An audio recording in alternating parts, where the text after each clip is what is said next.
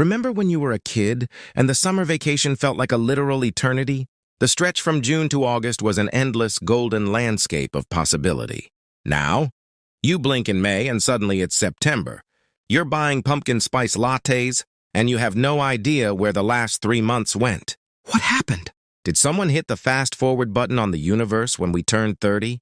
Well, it turns out the universe is fine. The problem is your brain, and today, we're going to hack into its internal clock to figure out why. So let's get one thing straight first. Time itself isn't actually speeding up. A minute is still 60 seconds. An hour is still 60 minutes. We can all agree on that. The change is in our perception of that time. It's a psychological illusion. One of the most common and consistent tricks our own minds play on us. Think of your brain not as a perfect video recorder, but more like a busy and sometimes lazy intern.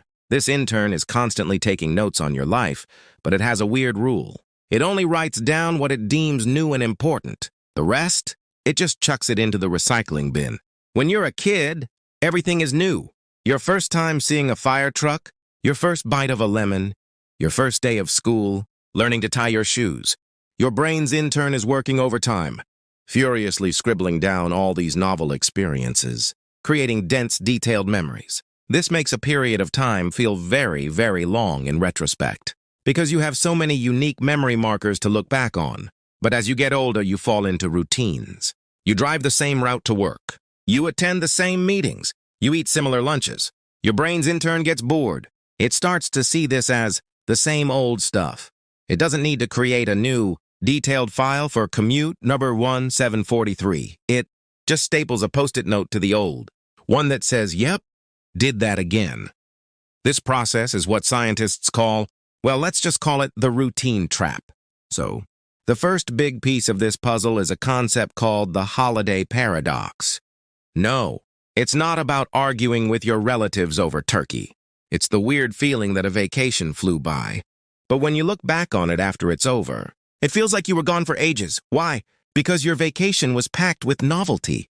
You were in a new place, smelling new smells, eating new food, getting lost trying to find a museum. Your brain was on high alert, collecting data like a tourist collecting souvenir magnets. All those fresh, unique memories create a long, dense tape of your experience when you replay it in your mind. Contrast that with a typical Tuesday at the office. You wake up, shower, commute, work, commute, eat, watch TV, sleep. If your brain had to record all that in high-definition detail, it would short-circuit, so it compresses it.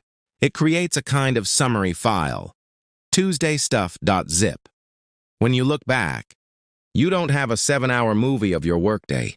You have a single, compressed thumbnail image. A whole week of those zip files can feel like it passed in an instant. This is also why childhood feels so long. When you're 5, a year is a whopping 20% of your entire life. It's a year filled with monumental firsts. But when you're 40, a year is only 2.5% of your life. It's a much smaller slice of your total experience pie. And it's often filled with familiar, repetitive patterns that your brain doesn't bother recording in detail. Now, let's talk about your brain's internal metronome. Deep in your brain, you have a tiny almond-shaped region called the amygdala. It's your alarm system. When you're in a genuinely new or stressful situation, like, say, giving a presentation or being a kid on the first day of school, your amygdala kicks into high gear. It shouts, "Pay attention! This is important!" and forces the rest of your brain to record everything in super slow motion detail. This is why car accidents can feel like they happen in slow motion. Your amygdala is flooding the system, creating an ultra-dense memory. But here's the twist.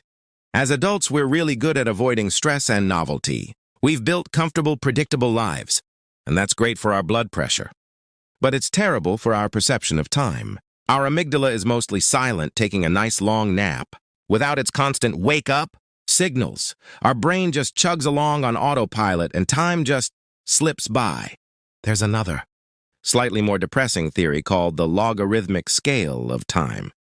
Imagine your perception of a period of time is linked to the total time you've already lived. So for a 2-year-old, 1 year is half of their life. That's huge!